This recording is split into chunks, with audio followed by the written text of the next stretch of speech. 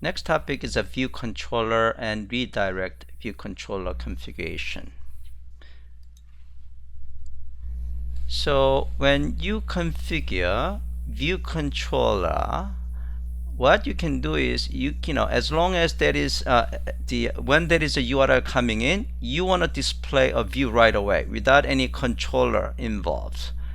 That's when you can configure view controller. So again, this is another example that we do custom configuration. So web MVC configure adapter, and we are creating one, and here we are calling add a view controllers, and here we have a view controller registry object given to us, and we are basically adding view controller to the registry. So here, if there's a URL coming in with a slash, meaning root, then we want to go to home view. We want to display home view, meaning home.jsp page.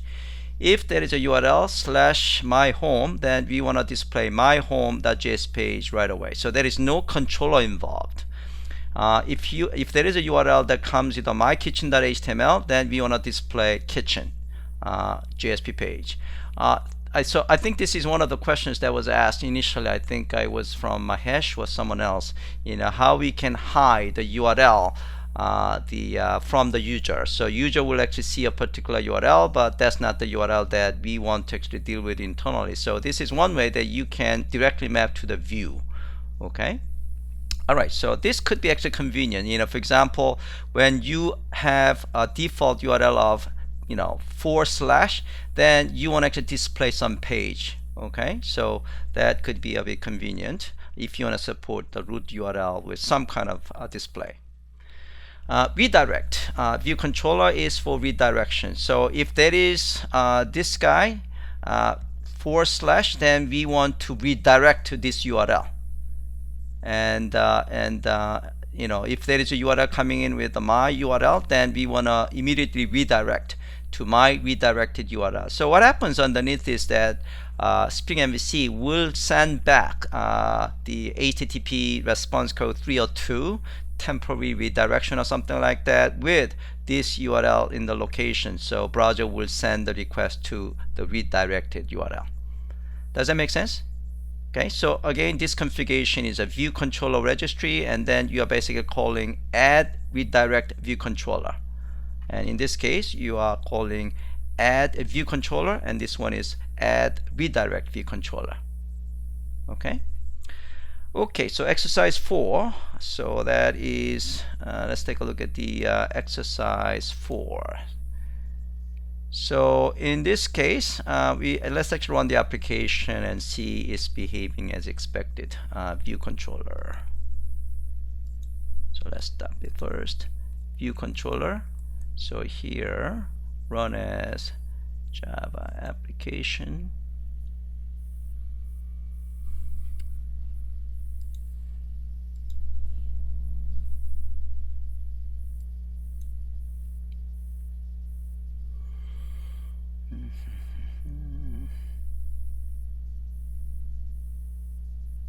Okay, so it's deployed. So let's actually go over here. Okay, so this is a home.jsp page. So now I want to try, for example, dash my home and see whether it will display my home.jsp page. Yeah, so it's displaying my home.jsp page. And let's try my kitchen.html, and it should actually display kitchen.jsp page. So it's going to be my kitchen.html, my kitchen.html, and it should display the kitchen.jsp page. Okay, so that is basically what we are doing here. Okay, so if you take a look at the configuration, so we are adding 3 direct mapping of incoming URL to the view. So this is a logical view name. So we have to have home.jsp page, my home.jsp page, and kitchen.jsp page. Okay. All right. So we have a home.jsp page, we have my home.jsp page, and we have a kitchen.jsp page. Okay. For your own exercise, add another mapping of your choice and perform the redirection of my home to my kitchen .html page. Okay. Here I haven't actually showed the demonstration of redirection, so certainly I want you to try the redirection as well. So it's a matter of configuring redirect, add redirect view controller, and then you can certainly redirect in different. So maybe you want to redirect from this guy to this guy, or from the root to this guy. All right, so try that.